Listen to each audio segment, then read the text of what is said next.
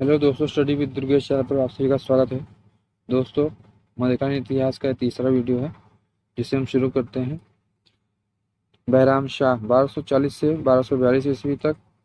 इसके बाद जो है अलाउद्दीन महमूद शाह 1242 से 1246 ईस्वी तक। नासिरुद्दीन महमूद 1246 से 1265 ईस्वी तक।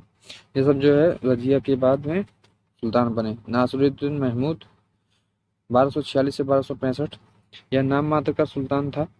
पूरी शक्ति एवं अधिकार चालीसा तथा बलबन के हाथ में थी। प्रधानमंत्री बलबन था। नासिरुद्दीन ने उलुग खां की उपाधि धारण की थी। बलबन ने अपनी पुत्री का विवाह नासिरुद्दीन के साथ कर दिया था तथा बाद में उसकी हत्या करवा दी। बलबन ने नासिरुद्दीन की हत्या के बाद स्वयं शासक बना। नासिरुद्दीन जो है शमसी वंश का अंतिम शासक था। नासिरुद्दीन महमूद की मृत्यु के गयासुद्दीन बलबन शासक बना एवं बलबनी राजवंश की स्थापना की। बलबनी राजवंश देखते हैं। बलबन 1265 से 1286 ईस्वी। बलबन का वास्तविक नाम बहाउद्दीन था। यह इल्बरी तुर्क था। बलबन चहलगामी का सदस्य था तथा यह रजिया के विद्रोहियों में भी शामिल था। बलबन नासिरुद्दीन महमूद के समय नायब यानी पीएम यानी प्रधानमंत्री था तथा वास्तविक सत्ता का उपयोग बलबन ने किया। बलबन ने सत्ता संभालते ही चहलगामी चालसा को समाप्त कर दिया। बलबन ने जो है लौ एवं रक्त की नीति के द्वारा अपने विरोधियों का दमन किया। लौ एवं रक्त की नीति अपनाने के कारण सुल्तान पद की प्रतिष्ठा को पुनः स्थापित करना, अमीरों की बढ़ती शक्ति को समाप्त करना, मंगोल एवं राजपूतों के खतरे के विरुद्ध शक्तिशाली सुल्तान पद एवं राज्य की स्थापना करना, सत्ता की शक्ति केंद्र सुल्तान को बनाना। बलबनी राजवंश। बलबन का राजत्व सिद्धांत। बलबन का राजत्व सिद्धांत शक्ति, प्रतिष्ठा एवं न्याय पर आधारित था। बलबन ने ईश्वर, शासक तथा जनता के त्रिपक्षीय संबंध को राज्य का आधार बनाने का प्रयत्न किया। जनहित को शासन का व्यवहारिक आदर्श बनाया। बलबन ने फारस के इस्लामी राजत्व के राजनीतिक सिद्धांतों एवं परंपराओं के आधार पर अपने शासन को संगठित किया। बलबन अपने संबंध फारस के पौराणिक गौरवशाली वंश अफरासियाब वंश से जोड़ा करता था। राजा को धरती पर ईश्वर का प्रतिनिधि नियाबते खुदाई माना गया एवं राजा जिल्ले अल्लाह या ईश्वर का प्रतिबिंब है और उसका हृदय देवी प्रेरणा एवं कांति का भंडार है। बलबन ने पारसी परंपरा सिजदा अर्थात सुल्तान के आगे सर झुकाना एवं पायबोस अर्थात घुटने के बल बैठकर सुल्तान के चरण को चूमना की प्रथा को प्रारंभ किया, यानी सिजदा एवं पायबोस जो ये बलबन ने शुरू किया था। इसके जो है अन्य तथ्य इनको देख लेते हैं। बलबन ने फारसी नववर्ष की शुरुआत में मनाए जाने वाले उत्सव नवरोज की भारत में शुरुआत की। बलबन ने दीवाने विजारत वित्त विभाग के सैन्य विभाग से इसको जो है दीवाने विजारत को वित्त विभाग जो था इसको सैन्य विभाग से अलग कर दीवाने आरिज की स्थापना की। बलबन दिल्ली सल्तनत का प्रथम सुल्तान था जिसके दरबार में सर्वप्रथम अमीर खुसरो ने निवास किया। बलबन ने अपना उत्तराधिकारी अपने पौत्र कै खुसरो को नियुक्त किया। कै खुसरो के बाद कैकुबाद शमशुद्दीन कैमूर इसका जो है संरक्षक था। जलालुद्दीन खिलजी था। जलालुद्दीन खिलजी ने इसकी हत्या कर दी और स्वयं शासक बन गया। अगला सुल्तान जलालुद्दीन खिलजी बना तथा यहीं से खिलजी वंश की शुरुआत हुई। खिलजी वंश 1290 से 1326 1296 1320 ईस्वी है शायद। भारत में खिलजी वंश का संस्थापक जलालुद्दीन खिलजी था। जलालुद्दीन खिलजी 1290 से 1296। जलालुद्दीन खिलजी का राज्याभिषेक किलोखरी कुलागढ़ी के महल में हुआ। इसने किलोखरी को अपनी राजधानी बनाया। इसने दीवान वकूफ नामक एक पृथक विभाग की स्थापना की जिसका कार्य व्यय के कागजातों की देखभाल करना था। दिल्ली सल्तनत के इतिहास में दक्षिण भारत की विजय अभियान पहली बार जलालुद्दीन खिलजी के काल में प्रारंभ हुई। जिसका नेतृत्व इसके भतीजे ने किया। सिद्दी मौला के विद्रोही गतिविधियों में संलिप्त होने के कारण मृत्युदंड दिया। सिद्दी मौला सूफी संत थे, यानी जो सिद्दी मौला को विद्रोहियों की गतिविधियों में संलिप्त होने के कारण जो उनको मृत्युदंड दिया था।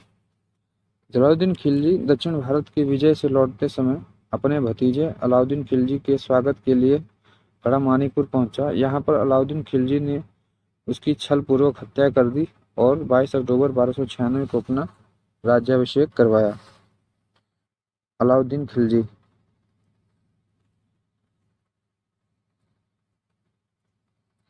अलाउद्दीन खिलजी 1296 से 1316 ईस्वी। अलाउद्दीन खिलजी के पिता का नाम शहाबुद्दीन खिलजी था, जो जलालुद्दीन का भाई था। जलालुद्दीन खिलजी ने अपनी पुत्री का विवाह अलाउद्दीन खिलजी के साथ किया। अपनी प्रारंभिक सफलताओं से प्रसन्न होकर यह अत्यधिक महत्वाकांक्षी हो गया। इसने सिकंदर ए सानी अर्थात द्वितीय सिकंदर की उपाधि धारण की। अलाउद्दीन के दो ख्वाब थे, एक जो है पहला विश्व का विजय करना, दूसरा एक नए धर्म की स्थापना। अल्लाह उल मुल्क के कहने पर इसने दूसरा ख्वाब त्याग दिया। अलाउद्दीन खिलजी दिल्ली सल्तनत का ऐसा प्रथम सुल्तान था जिसने भूराजस्व के रूप में उपज का 1/2 भाग निश्चित किया। अलाउद्दीन खिलजी ने शरीयत का उल्लंघन करते हुए खम्स यानी युद्ध में लूट का जो हिस्सा था, इसका जो है 4/5 भाग राज्य के लिए तथा 1/5 भाग सैनिकों ने निर्धारित किया। शरीयत के अनुसार खम्स का 1/5 भाग ही सुल्तान या राज्य को लेने का अधिकार था। अलाउद्दीन खिलजी ने 2 नए प्रकार के कर लगाए, चरी कर चारागाह पर एवं घरी कर घर पर लगने वाला था। दिल्ली सल्तनत के इतिहास में अस्थायी सेना का गठन करने वाला पहला सुल्तान उसके काल में जो है 4,75,000 सैनिक थे। अलाउद्दीन खिलजी ने सैनिकों को नगद वेतन देने की प्रथा को प्रारंभ किया। उसने घोड़े को दागने और सैनिकों को हुलिया लिखे जाने की व्यवस्था की। इसके शासनकाल में डाक प्रणाली तथा गुप्तचर व्यवस्था को भी महत्व दिया। इसके शासनकाल में सर्वाधिक 6 आक्रमण हुए। इसने अपनी विशाल सेना को सुचारू रूप से बनाए रखने के लिए बाजार नियंत्रण प्रणाली को प्रारंभ किया। इसने वस्तुओं के दाम निर्धारित किए। बाजार को नियंत्रित करने के लिए सुल्तान ने शाहन ए मंडी की नियुक्ति की और जमाखोरों के लिए कठोर दंड की व्यवस्था की। खिलजी का राजत्व सिद्धांत। अमीर खुसरो ने अलाउद्दीन के लिए राजत्व सिद्धांत के प्रतिपादन किया। अलाउद्दीन को जिल्ले इलाही माना गया, परंतु यह सिद्धांत शरीयत के सिद्धांत पर आधारित नहीं था।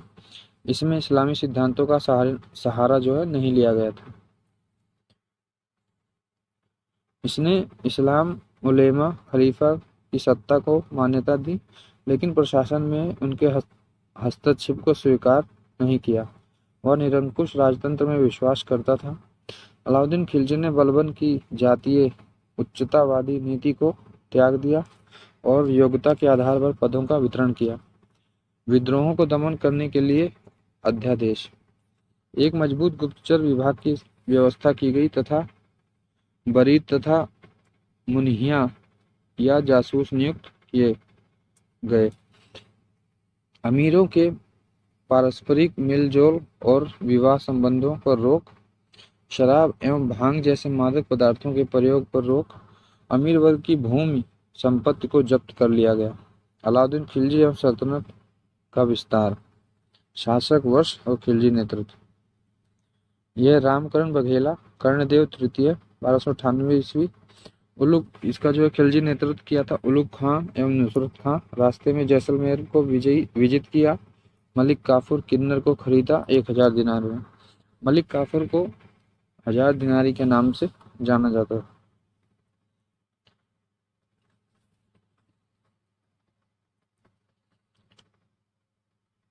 फिर है रणथंभौर अभियान। इसमें जो है राणा हमीर देव थे, 1301 ईस्वी में हुआ ये। नेतृत्व इसका उलुग खां और नुसरत खां ने किया। इसमें जो नुसरत खां मारा गया। अलाउद्दीन खिलजी ने कमान संभाली। राणा हमीर देव के पीएम रणमल यानी प्रधानमंत्री रणमल ने धोखा किया और हमीरदेव घायल हुए और मारे गए। इस अभियान में नव मुसलमानों ने हमीरदेव का साथ दिया था। हमीरदेव की मृत्यु के बाद रणथंभौर की राजपूत महिलाओं ने जौहर किया।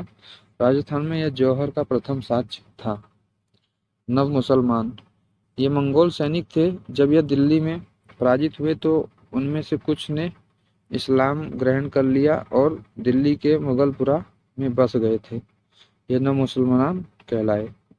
जौहर प्रथा इनमें हारे हुए राजपूतों की महिलाएं स्वयं को शत्रुओं के अत्याचार और शोषण से बचाने के लिए एक अग्निकुंड में स्वयं को सतीत्व के लिए प्रदान कर देती थीं।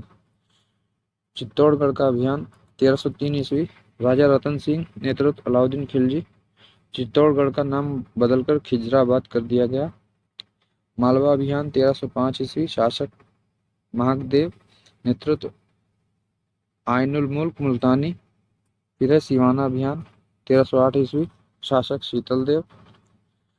दक्षिण भारत अभियान इसका है। क्रम देख लेते हैं। फिर देवगिरी तेलंगाना, होयसल मदुरा पांड्य। इधर ये राजधानी है। देवगिरी की राजधानी देवगिरी थी उस समय और शासक थे रामचंद्र देव यादव वंश के। तेलंगाना की जो राजधानी वारगल थी, इसका शासक था प्रताप रुद्र देव काकतीय वंश का। वो होयसल वंश की राजधानी द्वार समुद्र थी। वल्लभ तृतीय शासक था होयसल वंश का।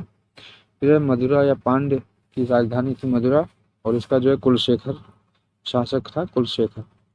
अलाउद्दीन खिलजी द्वारा ये किए गए कार्य। दीवान वजारत इसका प्रमुख वजीर था। इसका मुख्य विभाग वित्त विभाग था। दीवान आरिज यह सैन्य मंत्री था। दीवान इंशा इसका कार्य शाही आदेशों एवं पत्रों का प्रारूप तैयार करना था। दीवान रसातल पड़ोसी राज्यों को भेजे गए पत्रों का प्रारूप तैयार करना। दीवान रियासत अलाउद्दीन ने एक नया मंत्रालय स्थापित किया था, जिसका कार्य राजधानी के आर्थिक मामलों की देखरेख करना था। मुहतासिब बाजारों पर नियंत्रण एवं मापतोल का निरीक्षण। बरीद ममालिक गुप्तचर विभाग का प्रमुख अधिकारी। दीवान मुस्त खराज अलाउद्दीन ने इसे भ्रष्टाचार को समाप्त करने के लिए इस नए विभाग की स्थापना की। इस वंश का अंतिम शासक मुबारक शाह खिलजी था। तो दोस्तों ये रहा हमारा खिलजी वंश, हमने इसमें कंप्लीट कर लिया है। तो ये वीडियो भाई कैसा लगा आप लोग जो है कमेंट सेक्शन में जरूर बताएं और वीडियो को लाइक करें, चैनल को सब्सक्राइब करें और कमेंट और शेयर करें। जय हिंद, जय भारत, धन्यवाद।